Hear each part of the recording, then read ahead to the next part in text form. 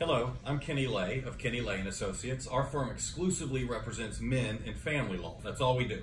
I'm here with Kent Griffin, a senior associate at our Jacksonville office, and today we are going to talk about paternity. Kent, can you just give a very brief explanation of what paternity is? Paternity is when there's a child born out of wedlock, and it's the action that's initiated to establish rights for that child. Okay, so basically a couple is not married and they have a child, right? Correct. Okay. All right, so once the child is born, what rights do the father have? Does the father have? Actually, the father doesn't have any rights when a child is born out of wedlock. All the rights are automatically conferred on the mother. Okay, and to be even more specific, a mother has what is called sole parental responsibility, and the father has nothing. Is that right? That's correct. Okay. A lot of people don't know that, but the mother can do whatever she wants with the child at that point. All right, so how does the father, let's say the father signs the birth certificate at the hospital, does he have rights then? No, he does not. That's just an acknowledgement that he's the father, but there aren't any rights that are conferred on with the signing of the birth certificate. Very good. Okay, so if the father has no rights then, when the child is born, how does the father get rights? He must file a petition with the court and ask the court to give him those rights. The title of the document is a petition to establish paternity, and he has to go through the formal process to get those rights established. Okay, and what kind of rights can he get with that document? The main thing is an adjudication that he actually is the legal father, and the establishment of a parenting plan that includes parental responsibility and time sharing in a comprehensive parenting plan. Okay, so basically, not basically, after he files, provided there's nothing bad, like some serious felonies of some sort, and not even all felonies, but some felonies to deal with violence or child stuff. Basically, it's easy to get a father shared parental responsibility and a parenting plan, which actually makes them equal to the mother, right, after this. Right. Okay, so we've established that the father has no rights at the time of birth until judicially established. What about child support?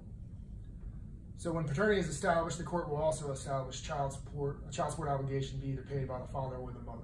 Okay, and child support is basically established the same way it's established in a divorce or anything of that nature at that point, correct? Correct. They're going to look at the incomes of the father and the mother, and then based on whatever time sharing schedule is established by the court. Very good.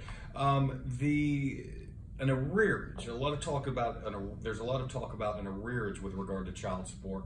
So in a paternity action, is it possible for the mother to get an arrearage from the father?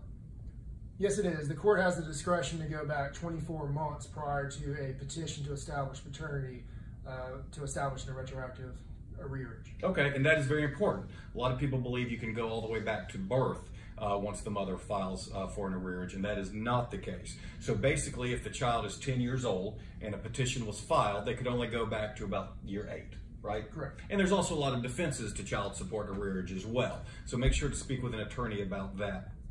Okay, let's say a man receives a letter from the Department of Revenue regarding a child. What should that person do?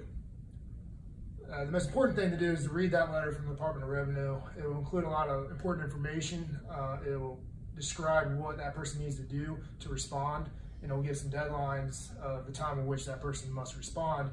And if you don't take action pursuant to that letter, the court will move forward without that person and establish child support without any input from the father. And that is huge. It is huge. Do not ignore a letter from the Department of Revenue. They will default you. They will establish an arrearage based solely on what the mother says and establish child support on based solely what a mother says. So very quickly, there are ways to disestablish from paternity once you have signed the birth certificate, but you really should get a DNA test before you sign a birth certificate because it is not easy. Another thing, very quickly, Kent, let's wind up talking about jurisdiction and venue. Where would a paternity case be filed as far as how do you figure out if it's in Florida and what county in Florida?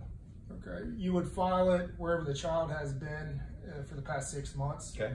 As far as which state to file it in. As far as venue, what county it would be filed in, it's either the county in which the father lives or the mother. Yep, so it can be in either county. All right, anyway, that's paternity and very brief description of paternity. Kenny Lay & Associates exclusively represents men in the area of family law. Thank you.